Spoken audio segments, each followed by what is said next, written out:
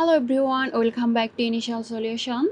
In today's tutorial, I will show you how to use Google Maps Street View.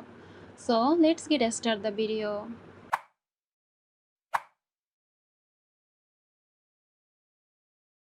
At first, go and open up Google Maps.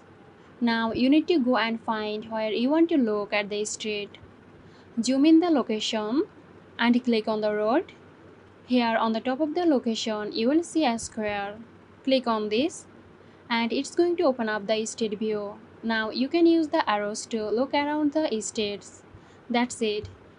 If you found this tutorial helpful, give us a like and subscribe to our channel for more interesting videos. This video is sponsored by Girosoft. Girosoft offers graphic design, UI UX design, digital marketing and web development. Elevate your brand with Girosoft today. For more details, check the description box.